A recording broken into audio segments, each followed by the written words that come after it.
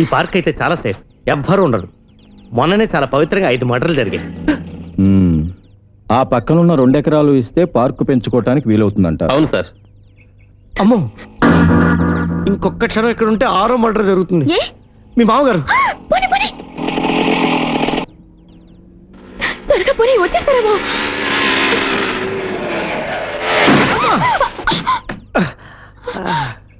బావగారు టకాటకాల్ డమాల్ డమాల్. అయ్యో, ఒకే రక్తం పంచుకు పుట్టిన అన్నయ్యని మీ అమ్మ ద్వేషిస్తోంది. ఆ అన్నయ్య కొడుకు నువ్వు ప్రేమిస్తున్నావంటే మీ అమ్మ ఏమైపోతుందని ఆలోచించావా?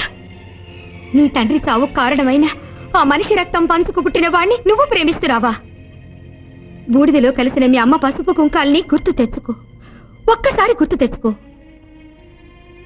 మోడులా బతుకుతున్న మీ అమ్మ కన్నీటిని ఒక్కసారి చూడవే.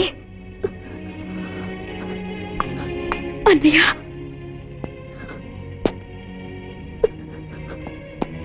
ఆ ఘోరం జరిగినప్పుడు నువ్వు అమ్మ కడుపులో ఉన్నావు, నేను నేల మీద ఉన్నాను. ఈ కళ్ళతో నాన్నగారి మరణం చూశాను. పసివాడిగా ఆ చిట్టి చేతులతో తండ్రికి తలకొరివి పెట్టాను. ఈ చేతులు నిన్ను ఆశీర్వదించాలంటే నీ ప్రేమను చంపుకోవాలే తప్ప నేను మనసు మార్చుకోను. ఉండరా, ఎందుకు భయపడతావు? నేనున్నా కదా. అయ్యో, వాణ్ణి చంపే ముందు నన్ను చంపు. తుపాకీ తీసింది వాణ్ణి చంపటానికి కాదు, నన్ను నేను కాల్చుకోటానికి. సిగ్గులేదురా? నీ తండ్రిని అన్యాయంగా 14 సంవత్సరాలు జైల్లో పెట్టించిన కుటుంబంలో పుట్టిన పిల్ల తప్ప నీకింకెవరూ దొరకలేదా? చెయ్యని నేరానికి శిక్ష అనుభవించిన నీ తండ్రి చేత నిజంగానే నేరం చేయించి శిక్ష అనుభవించేలా చేయకు. నాన్న,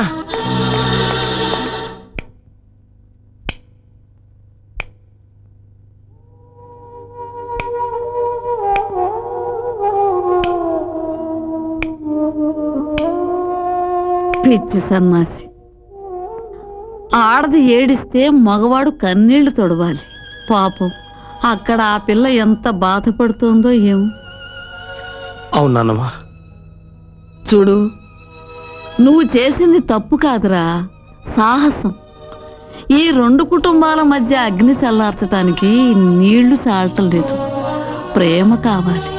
జ్యోతిని గుడి దగ్గరికి రమ్మను, మనం మీ పెళ్లి నేను జరిపిస్తాను. థ్యాంక్ యూ నాన్నమ్మా, థ్యాంక్ యూ. పిచ్చి సన్నాసి. బాబు, అది మంచానికి అడ్డంగా పడి ఏడుస్తోంది. అన్నానికి రమ్మని చెప్పు బాబు. ఏడవని, అది ఏడిస్తే కరిగిపోతామని తెలిస్తే పెళ్లి చేసే వరకు ఏడుస్తుంది. చేస్తావా? ప్రాణం తీసిన హంతకుడు కూడా ఉరిశిక్ష వేయించుకునే ముందు కంటతడి పెడతాడు. అది చూసి న్యాయమూర్తి జాలిపడతాడా? ఇది కూడా అలాంటిదే.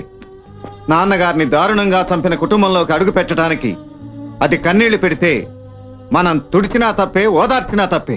అది తినకుండా మనందరం ఎలా తినగలుగుతాం? మనం కూడా మానేద్దాం.